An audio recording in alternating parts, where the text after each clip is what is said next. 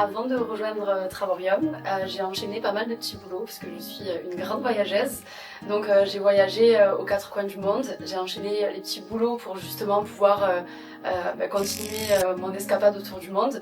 Et je suis rentrée en France en 2019. J'ai repris un travail assez classique. Je travaillais dans un bureau et j'ai découvert en 27 ans de vie ce que j'avais jamais connu, c'était la routine. Et je me suis rendu compte que des milliers de personnes étaient si courageux finalement de pouvoir vivre cette vie-là. Moi j'étais clairement pas courageuse de pouvoir me lever tous les matins très tôt, rentrer très tard, faire un travail que je n'aime pas pour gagner un salaire misérable et donc j'ai eu envie de changer ma vie et je suis tombée par hasard, il n'y a pas de hasard dans la vie mais je suis tombée sur une story qui parlait de Travorium et j'ai décidé de me lancer. Quand j'ai démarré, personne ne croyait en moi du tout.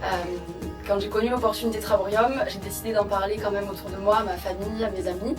J'en ai parlé à mes parents. Mon père a pas du tout compris ce que c'était. Ma mère m'a dit de ne pas me lancer parce que c'était certainement une arnaque. Et comme je suis une fille qui écoute bien ses parents, je me suis lancée quand même. Donc personne ne croyait en moi.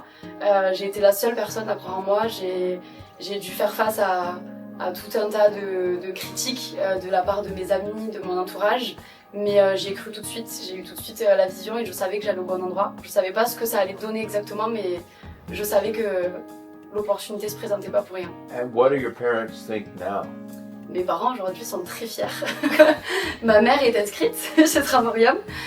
Mon père non, mais lui il profite des avantages voyage avec ma mère.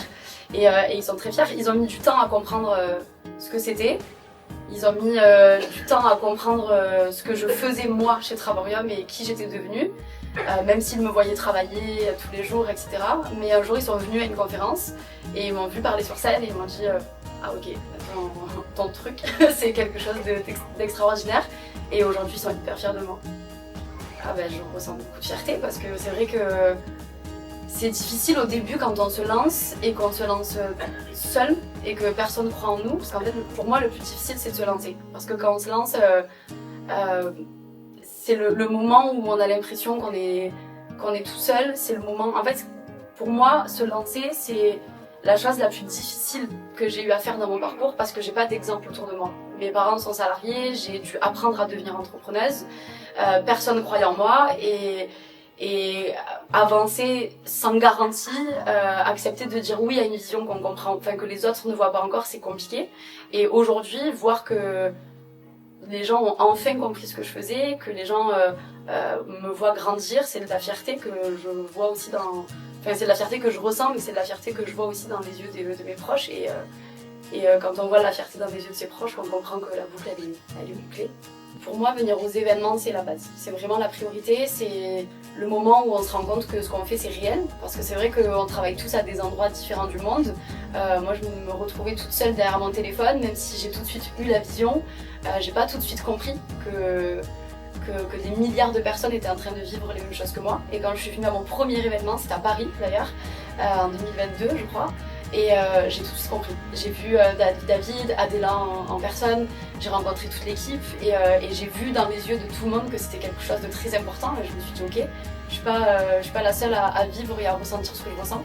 Donc ça a été vraiment un déclic pour moi. Je me suis dit ok, je suis à la bonne place.